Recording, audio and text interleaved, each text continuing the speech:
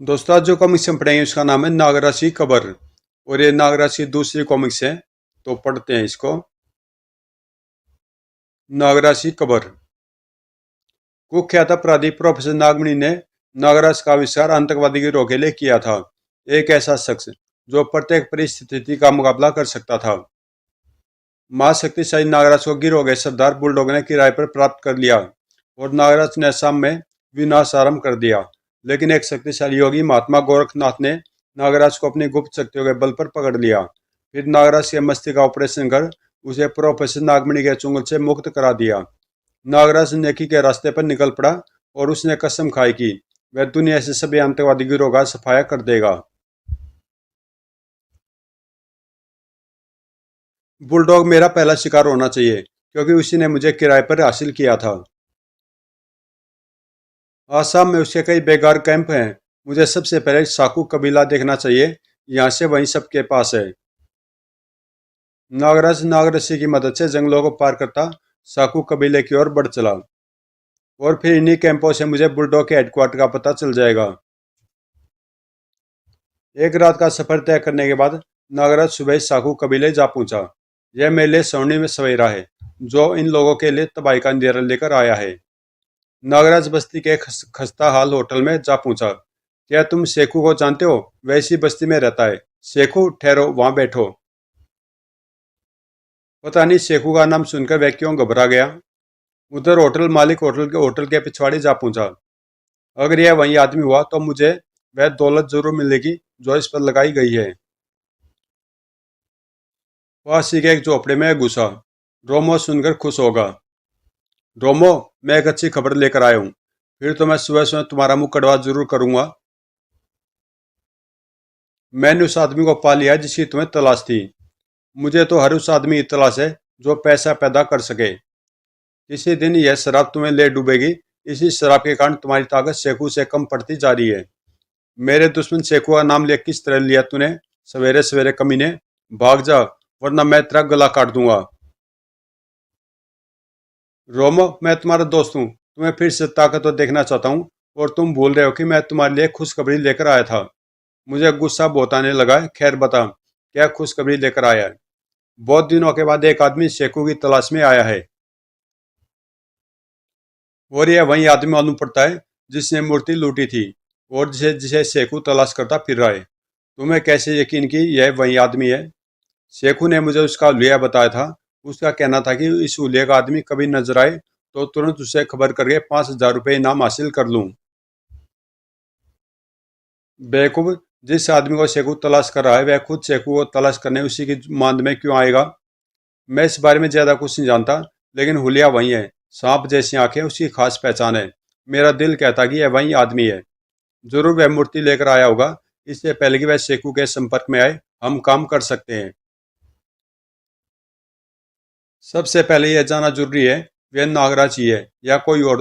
तुम एक काम करो, उसे शेखू से मिलाने के बहाने झिंगागार में ले आओ। लेकिन याद रहे, इस मामले में हमारी पार्टनरशिप 50-50 होगी। शराब का खर्चा निकालकर जो मिलेगा दादा। यह रोमो मर जाएगा लेकिन शराब नहीं छोड़ेगा। होटल मालिक वापस होटल में लौट आया। ए मिस्टर, तुमसे जरूरी बातें करनी है, इधर कैबिन में आ जाओ। चलो। तुम्हें शेखू से मिलना था ना? हाँ, यह मैं तुम्हें पहले ही बता चुका हूँ। लेकिन तुम्हें मालूम होना चाहिए, शेखू किसी अजनबी से नहीं मिलता। मैं शेखू के लिए अजनबी नहीं हूँ। तो फिर तुम्हें अपना पूरा परिचय देना चाहिए। बस तुम मुझसे इतना कह दो कि नागराज आया है। तुम नागराज हो? हाँ, यही नाम है मेरा। फिर तो मैं तुम्हें अभी शेखू के पास ले चलता हूँ। तुम्हारा नाम कतिया अजनबी नहीं है। चलो। रास्ते में। नागराज अजनबी नाम नहीं, तुम इसके बारे में क्या जानते हो? सिर्फ इतना कि शेखू ने मुझसे कहा था यदि इस नाम का कोई आदमी उससे मिलने आए तो तुरंत तुरंत उसे गार तक पहुंचा दूं। गनीमत है कि ये आदमी मेरे बारे में अधिक कुछ नहीं जानता।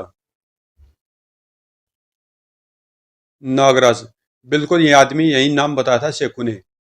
अब तुम इस कार में उतर जाओ, मुझे यहीं से वापस लौटना है। धन्यवाद दोस्त, तुमने मुझे यहाँ तक का रास्ता दिखाया।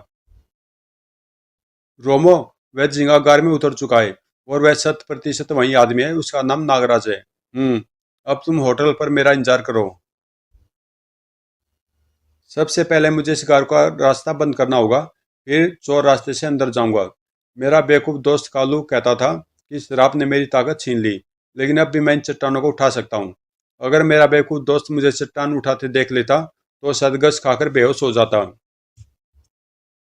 यह पतली दरार अपने शरीर की मांसपेशियां सिकोड़ने की कला जिसे आती हो, वहीं ऐसे चोर दरवाजे पार कर सकता है। गौर में, नागराज, क्या तुम मेरी आवाज सुन रहे हो? अगर मेरी आवाज सुन रहे हो तो जवाब दो। हाँ, मैं तुम्हारी बात सुन रहा हूँ।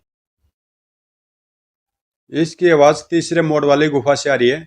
इस गार की आवाजों का अनुमान सिर्फ मैं ही लगा सकता हूँ।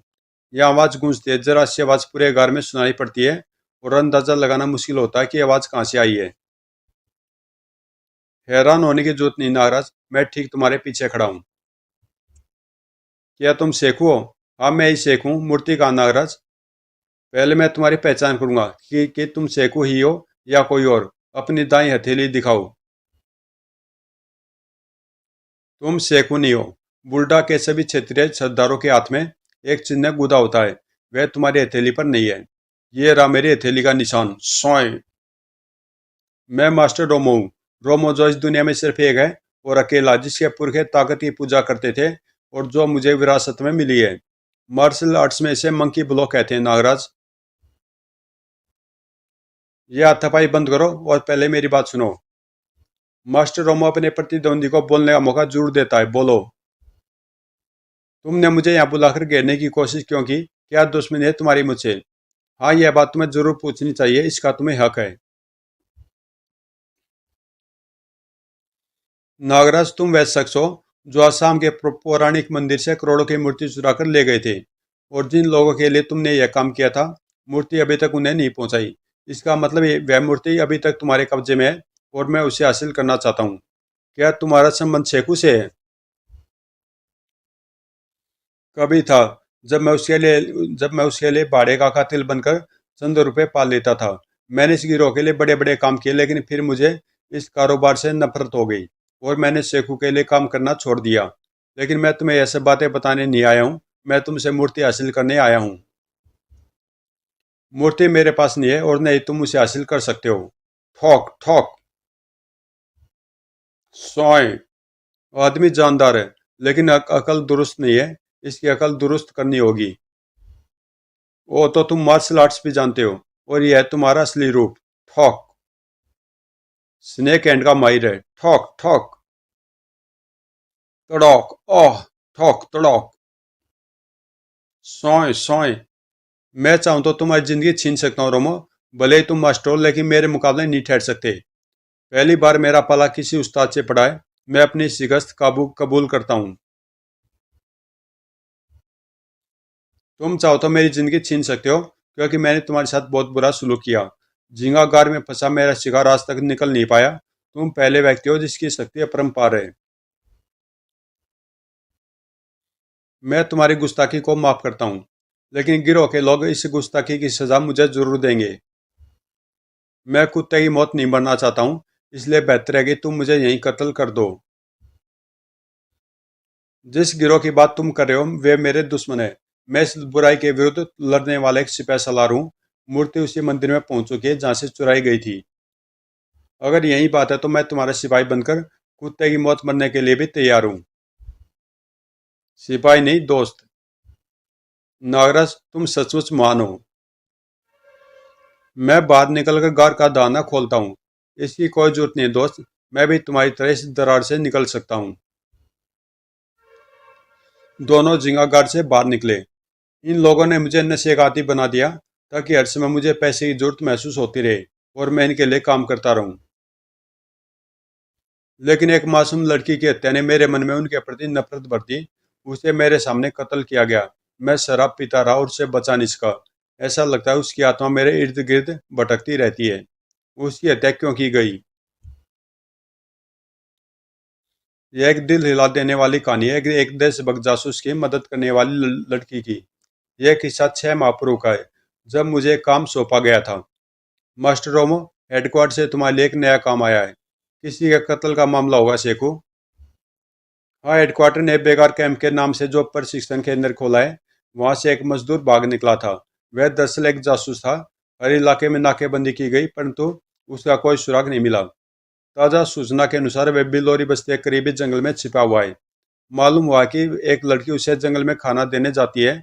बिल्लौरी बस्ती में रहने वाली इस लड़की का नाम कामनी है, और इसके साथ सिर्फ एक बूढ़ी औरत है। तुम्हें सिर्फ जासूस की लाश चाहिए ना? हाँ, फिलहाल तुम्हें यही काम करना है। ये रहा उसका फोटो। मैं बिल्दौरी गांव जा पहुंचा और शीघ्र ही उस घर को तलाश कर लिया जहां कामनी रहती थी। वहां एक बूढ़ी औरत मिली जो कि अंधी थी। माँ, मैं एक भटका हुआ मुसाफिर हूँ और बड़े संकट में फंसा हूँ, मेरी मदद करो। बोलो बेटा, हम तुम्हारी क्या मदद कर सकते हैं? कुछ डाकू मेरे पीछे पड़े हैं, बस कुछ दिन के लिए मुझे सिर छिपाने की जगह मिल जाए तो आपका एहसान कभी नहीं भूलूंगा। मेरे पास कुछ हीरे जवाहरात है जिसकी वजह से मेरी जान खतरे में पड़ गई है। मुझे मालूम हुआ है कि इस बस्ती के लोग आपको देवी समान मानते हैं। मेरी जान बचा लीजिए। बड़े मुश्किल से मैं यहाँ तक पहुँच पाया हूँ। मैं ये सारा धन आपको दे दूंगा। धन का लालच मत दो बेटा, क्योंकि संसार का सबसे बड़ा धन मानवता और पुण्य है जो हमारे पास है। तुम शरण आए हो तो जरूर तुम्हारी रक्षा होगी। माँ, आप भी सबकी बातों में आ जाती हो। यह मेरी बेटी कामनी है, एक ही बेटी है।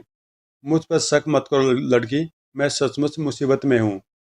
लेकिन तुम्हें यह यकीन कैसे आ गया कि हम तुम्हारी जान बचा सकते हैं? बस्ती के बाहर एक फकीर मुझे मिला था। उसी ने मुझे बताया कि इस घर के लोग मुझे बचा सकते हैं। मैं तुम्हें बचा सकती हूँ, लेकिन एक शर्त पर। तुम्हें मुझे बहन बनाना होगा। बहन? हाँ, मेरा एक भाई था, आंधी तूफान का मुकाबला करने वाला दिलेर भाई। बस कुछ हत्यारों ने उसे हमसे छीन लिया, और अब उस भाई की जगह पूरी करने वाला मुझे वैसा ही भाई चाहिए। वैसे तो अब तक मेरे बहुत से भाई बन चुके हैं, लेकिन वह बात मुझे अब तक किसी में नजर नहीं आई जो मेरे भाई में थी। अगर तुम मुझे इस लायक समझती हो तो मुझे तुम्हारा भाई बनकर फक्र होगा। क्या विशेषताएं थी उसकी? पहले तुम मुझसे राखी बंधवा लो, तब सब कुछ बताऊंगी। आज से तुम मेरे भाई हो, इसे याद रखना। मेरी बहन, तुम भी याद रखना कि मैं तुम्हारा भाई हूँ। मेरा भाई एक क्रांतिकारी देशभक्त था। वैसे लोगों के खिलाफ लड़ रहा था जो यहाँ की भोली-भाली जनता को देशद्रोह के लिए भड़का रहे हैं। पैसा, हथियार, सब कुछ बांटा जाता है, और यह सब कुछ विदेशी एजेंट कर रहे हैं। उन्होंने यहाँ के स्थानीय नेताओं को खरीदा हुआ है। मेरे भाई ने ऐसे लोगों के खिलाफ बाकायदा एक दल बनाया, और फिर टकराव होने लगे। बिल्लौरी जंगल में एक तिलिस्मी अड्डा बनाया जहाँ मेरे भाई का दल छिपा रहता था। लेकिन दल में एक गद्दार पैदा हो गया, और उसने धोखे से मेरे भाई को मरवा दिया। हमने इसका कोई गम नहीं किया, और मैंने अपने भाई की जगह संभाल ली। लेकिन मैं नेतृत्व में कमजोर साबित हुई।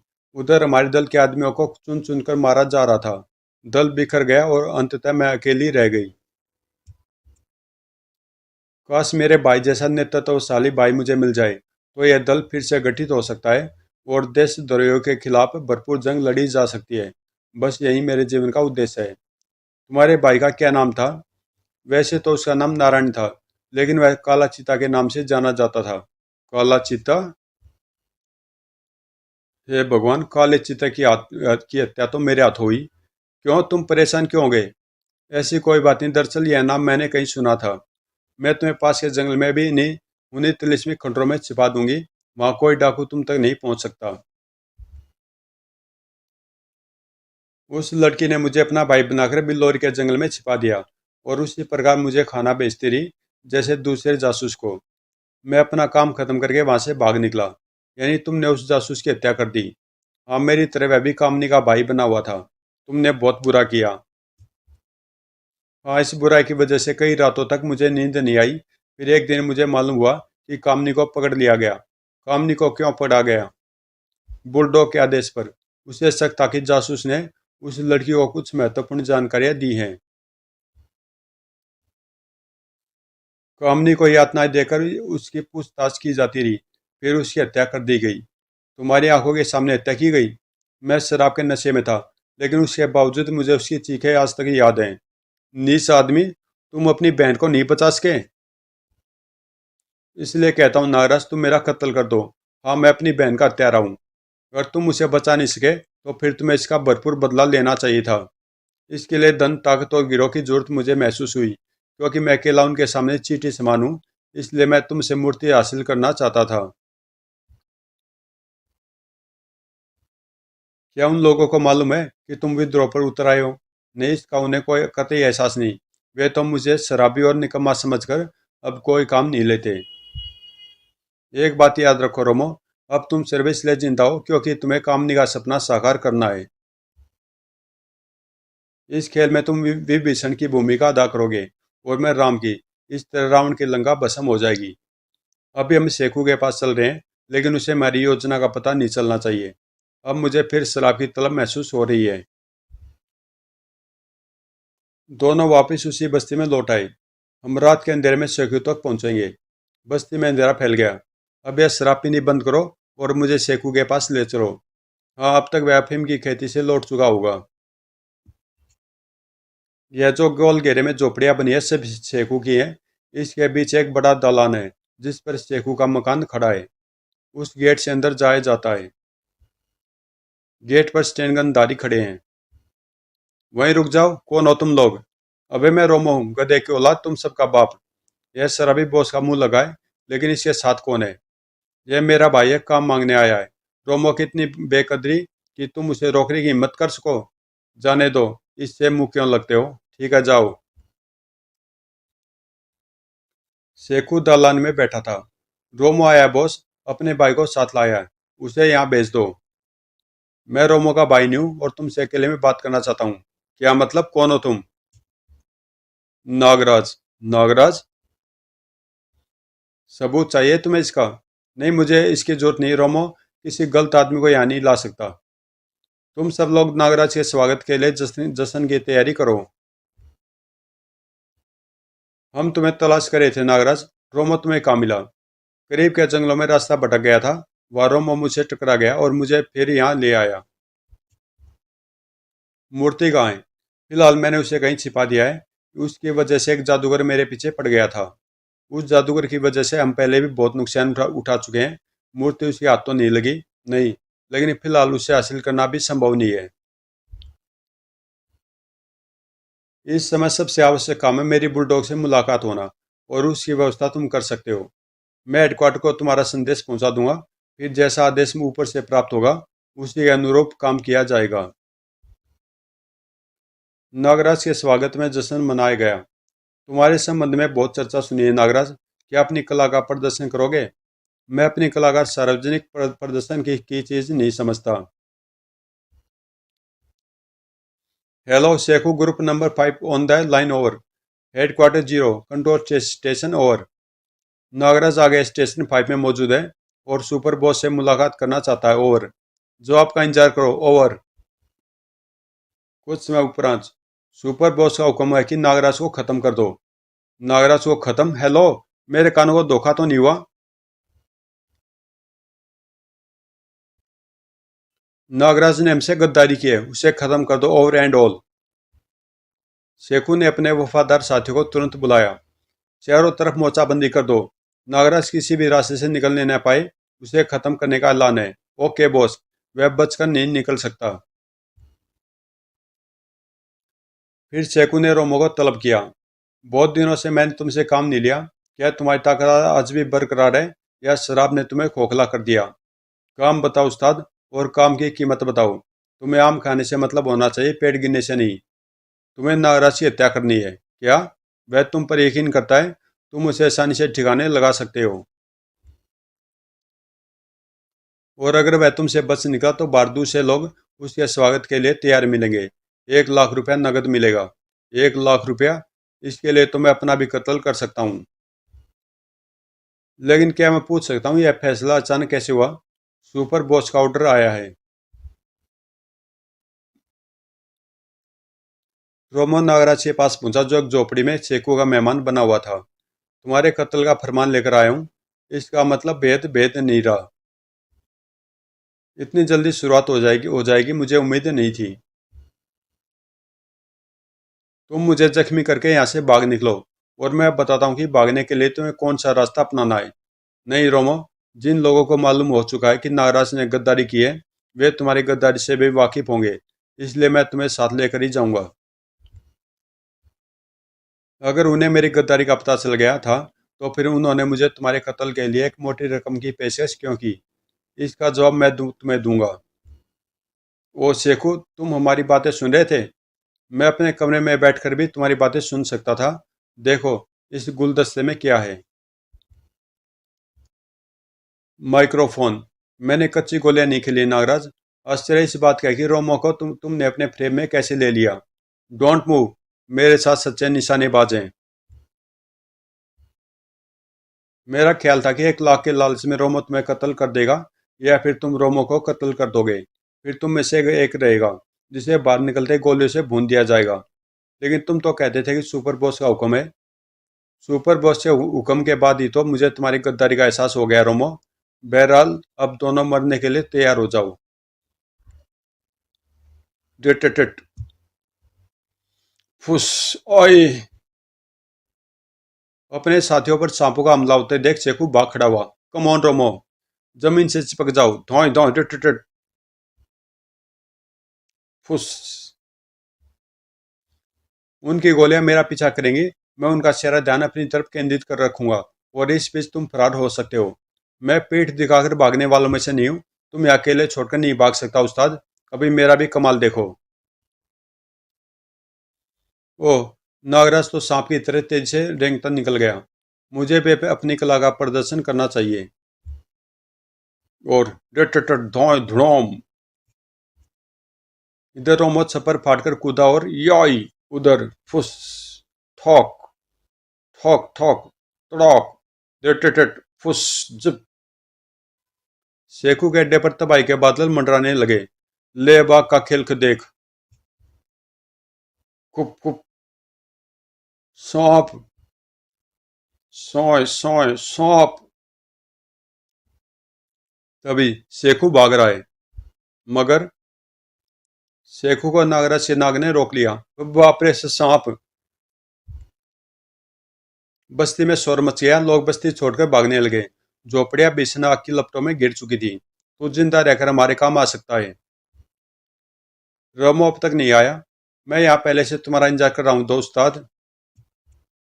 तुम्हें थैले में क्या बदलाए? कीमती शराब की बहुत सी बोतलें मिल गई, मैं समेट लाया। किसी सुरक्षित जगह चलो। झींगा गार से अधिक सुरक्षित जगह कोई नहीं। दोनों झींगा गार पहुंच गए। शेखू डर के मारे बेहोश हो गया। इसे होश में लाओ। यह कुत्ता होश में आ गया उस्ताद। मेरी आंखों में देख शेखू, शाबाश। अब तुम मीठी नींद सो जा।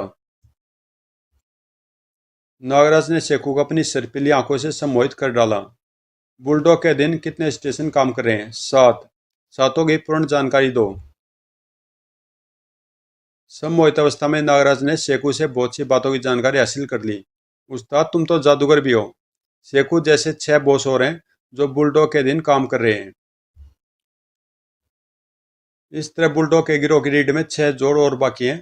पहले हम इन जोड़ों को तोड़ेंगे, उसके बाद रीढ़ की हड्डी टूट जाएगी। यह कार मुझे बहुत पसंद आया। शेखू को यहीं कैद रहने दो। मैं भी अपने कैदी यहीं रखना पसंद करता हूँ। अगली सुबह। यहाँ से सबसे करीब स्टेशन नंबर 4 पड़ता है। पूरा नक्शा तुम्हारे दिमाग में आ गया होगा रोमो। तुमने ये इलाका घुमा हुआ है। आज स्टेशन 4 डिब्रू पहाड़ी पर है। वे लोग डिब्रू पहाड़ी की ओर रवाना हो गए। उधर बुलडॉग के हेडक्वार्टर में खलबली मच गई। तुम सब लोग मुझे मनुष्य खबरें सुनाने आए हो? सुपर बॉस, हम आपको किसी भ्रम में नहीं रखना चाहते। नागराज हमारे सभी अड्डों पर कहर डाटा बढ़ रहा है और उसका रुख रुख बुलडॉग की तरफ है, यानी मेरी तरफ। यही ना? उसकी गतिविधियां यही संकेत दे रही हैं। इस हर प्रकार का सुरक्षा कवच हथियार सब उसके सामने नकारा है। इसके अलावा हमारे गद्दार साथी रोमो उसका साथ दे रहा है। इस तरह तो वह तुम सबको बर्बाद कर देगा। मैंने उसकी कलाओं का प्रदर्शन देखा है। वह है ही इस योग्य कि हर सुरक्षा कवच को तोड़ सके। हजारों सांप उसके स्नायुओं में जीते हैं। हमारे पास ऐसी कोई मशीन नहीं है जो नागराज को रोक सके। फिर भी एक इंसान ऐसा जो उसकी रोकथाम कर सके। प्रोफेसर नागमणि, रेडियो फोन पर नागमणि से हमारी बात कराओ। प्रोफेसर नागमणि, हमने पैसा देकर तुम्हारा हथियार खरीदा था और वह हमें ही डस रहा है। नागराज ऐसा नहीं कर सकता, पूरी बात बताओ। बुलडॉग ने नागमणि को फोन पर सारी बातें संक्षेप में बता डाली। होल्ड अप करो, मैं भी पता लगाता हूँ कि नागराज कहाँ है और क्या कर रहा है। इस मशीन में नागराज का दिमाग कैद है, अभी सारी स्थिति साफ हो जाएगी। ओह, इस मशीन से तो उसका संबंध विच्छेद हो गया। इसका मतलब है वह मेरे कंट्रोल से बाहर हो गया है। माय गॉड, मेरी मेहनत पर पानी फिर गया। अब तुम्हारी भलाई इसमें है कि अपने सभी बचे खुचे डो को खाली कर दो। नागराज अब मेरे कंट्रोल में नहीं रहा। बेवकूफ गधा। सबसे पहले तो नागराज ने वह गद्दारी की कि मूर्ति चुराकर भी हमें नहीं दी। हमने दंगा भड़काना चाहा तो वो भी नाकाम हो गया। इस नागमणि ने भी हमारे साथ धोखा किया है। मैं इन सबको चुन चुन कर मारूंगा। सुपर बॉस, सातवां अड्डा भी तबाह हो गया। उफ, इसका मतलब है अब वह इस जगह से अधिक दूर नहीं। सब लोग हेडक्वार्टर खाली करके कंपाली दर्रे में फैल जाओ। नागराज बुलडॉग के हेडक्वार्टर तक पहुंचा। रोमो, यहाँ बड़ी अजीब सी खामोशी है। हाँ, फाटक भी चौपाट खुला है। वह क्या स्वागत है, वीराना ही वीराना। फाटक बंद हो गया और चार दीवारी पर भी बिजली का करंट प्रवाहित कर दिया गया होगा। लेकिन यहाँ तो कोई भी नजर नहीं आ रहा उस्ताद। लेट जाओ। ब्रोम। धूम धड़ाम। फाटक या चार दीवारी को मत छूना। हमारे ऊपर मिट्टी और पत्थरों का रेला उड़ा आ रहा है। ब्रोम। फिलहाल इस गड्ढे में कूद जाओ। इस गड्ढे से बाहर निकलो वरना हमारी कब्र यहीं बन जाएगी उस्ताद। अगर हम बाहर निकले तो हमारे चीथड़े उड़ जाएंगे। उन्होंने हर इंच पर मौत बिछा दी है और हम पर उनकी नजर है। सब कुछ दूर से कंट्रोल हो रहा है। ओह, जमीन में भूकंप, मिट्टी और पत्थरों का रेला। जमीन पर दरारें पड़ रही हैं। बस हमारा किस्सा खत्म हो गया उस्ताद। मैं आखिरी बोतल मुंह से लगा लूं। क्या नागराज इस कब्र से बाहर आ सकेगा? नागराज की कब्र। तो दोस्तों, ये कॉमिक्स तो यही समाप्त होती है और इसका अगला पार्ट है नागराज का बदला। और ये कॉमिक्स आपको कल मिल जाएगी नागराज के फोल्डर में, प्ले लिस्ट के अंदर। तो मिलते हैं इसी सेकंड पार्ट में, नागराज का बदला में।